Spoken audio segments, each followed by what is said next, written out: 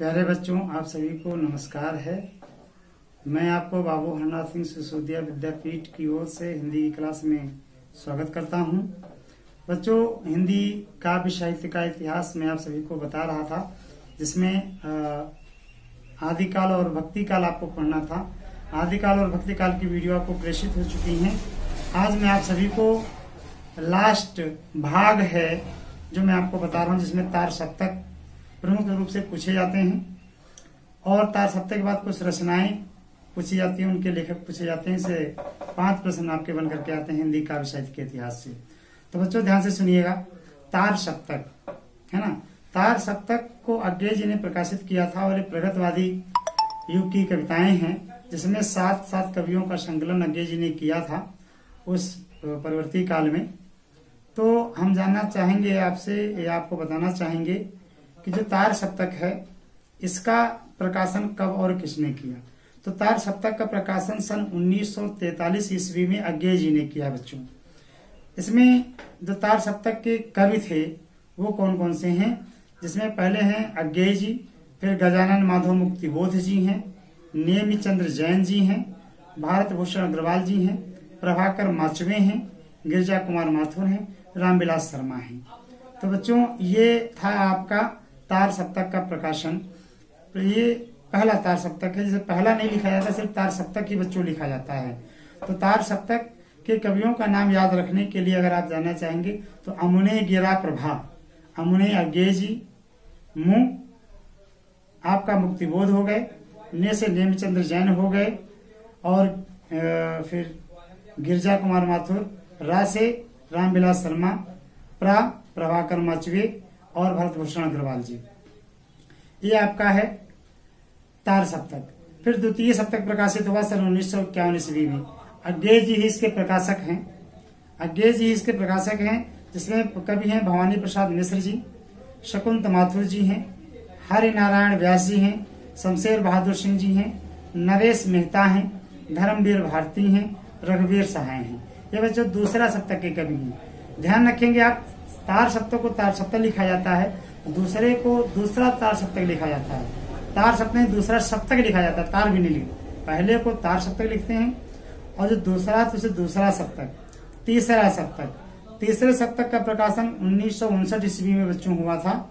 अज्ञेय जी ने किया था। इसके जो कवि हैं उसमें प्रयाग नारायण त्रिपाठी जी हैं, कीर्ति चौधरी हैं, मदन वात्स्यायन हैं, और केदारनाथ सिंह जी हैं, कुंवर नारायण हैं, विजय देव नारायण शाही जी हैं, सर्वेश्वर दयाल सक्सेना जी हैं। तो प्यारे बच्चों, ये था आपका तीसरा सप्तक। अब चौथे सप्तक की ओर मैं आपको ले चल रहा हूँ। 4 तार सप्तक प्रकाशित हुए हैं।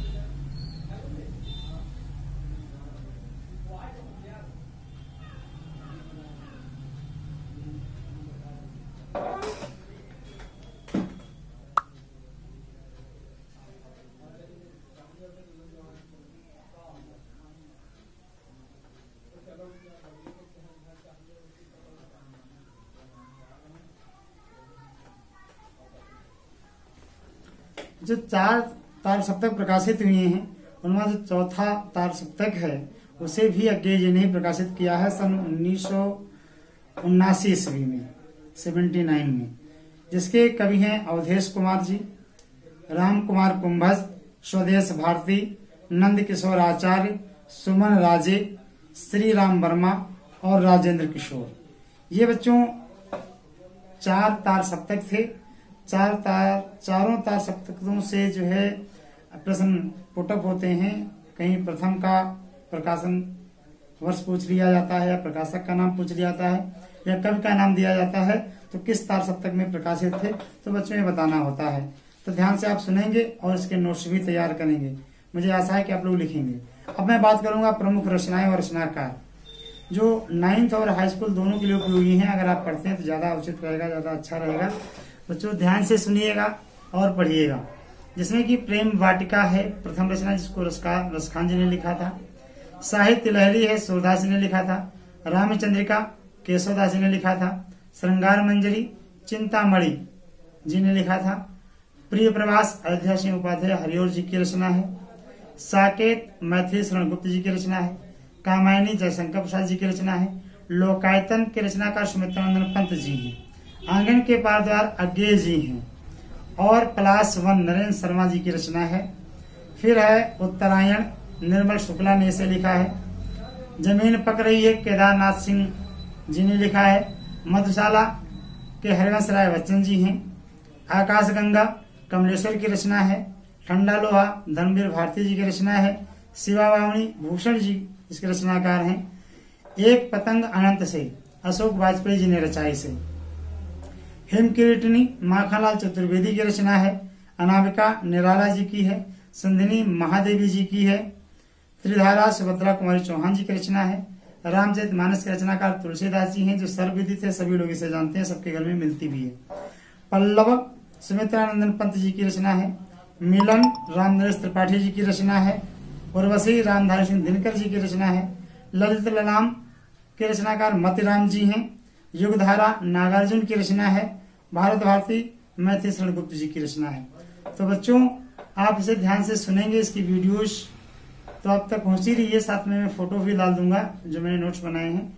और मुझे आशा है कि आप लोग अच्छे से नोट्स तैयार करेंगे और उन्हें याद कर लेंगे, ताकि आपको किसी भी प्रकार की कोई समस्या ना हो। यदि कोई समस्या होती है तो फिर आप यूट्यूब पर या फिर व्हाट्सएप पर आप हमें कमेंट करके बता सकते हैं। पर्सनल नंबर पर हमें फोन कर सकते हैं 9721673051 पर कॉल करके मुझे बताइएगा। अगर कोई समस्या है तो मैं आपकी समस्याओं का निराकरण करूंगा। तो बच्चों, ये आपका हिंदी काव्य साहित्य के इतिहास का तीसरा और अंतिम भाग था। अब आगे आपको काव्य के जो पाठ हैं, लेसन्स हैं, वो आपको पढ़ाए जाएंगे। तो बच्चों, तब तक के लिए मैं आप सभी से विदा चाहता हूँ। तब तक के लिए आपको नमस्कार।